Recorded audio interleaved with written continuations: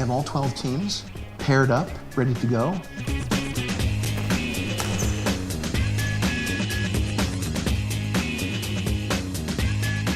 The reason we teach sales in the MBA curriculum is because in the real world of business, there are two types of problems.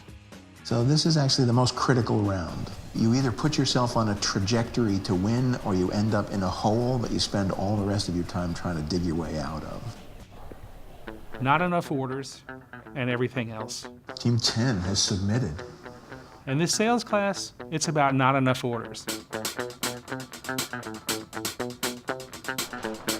So they probably took my advice to heart. I always tell people, show up with your first move already planned out. We created the game to teach forecasting so that we get a bad forecast and we can show them the problems with getting a good forecast. That was the whole purpose of doing this thing.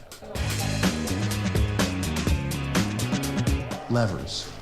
Essentially what they have to do is they have to make 3 decisions. They first of all have to figure out what their sales goal is going to be.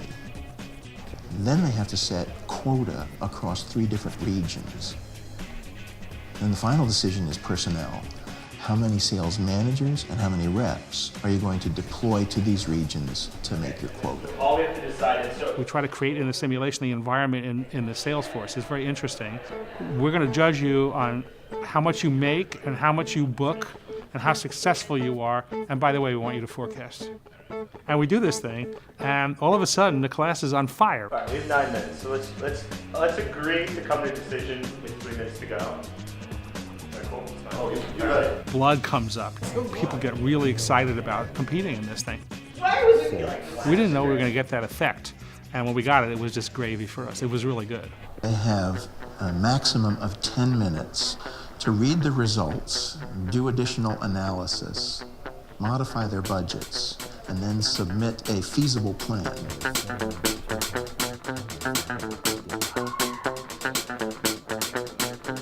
And now they've only got about 6 minutes left. Students get to decide what roles they play. Yeah, are they done? Send them off for coffee and tell them we'll meet them back in the classroom. What we're going to do is we're going to go on from here to have a discussion with these teams. We're going to find out what strategies the winners and the losers deployed.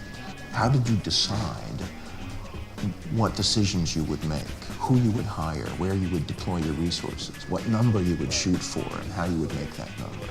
We started and set an initial quota of 85 million and hit 112 in the first quarter. So what we were doing was trying to spend less up front and make sure that our reps hit quota and didn't quit. Wow. Yes, Team 3. That sounded almost identical to our strategy, and our target was like 86 million, and we tried to not over-allocate to Central, and we just missed badly. So I think this is actually good to talk about. Once we get into some of the consequences, I think it's important to understand where these kind of strategies, where they don't pan out as you expect. In addition to solving the forecasting problem, which we did, we created an environment where Pretty big differences in the those MBAs here have an opportunity to feel what it's like to be in a group of people where you get judged by your numbers as you perform. So long as we're going to pretend Rio, we'll go at carnival time, right? You're going to club, and...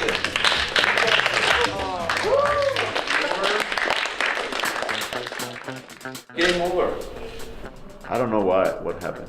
When the game is over, we can talk about the experience of what it felt like being a salesman.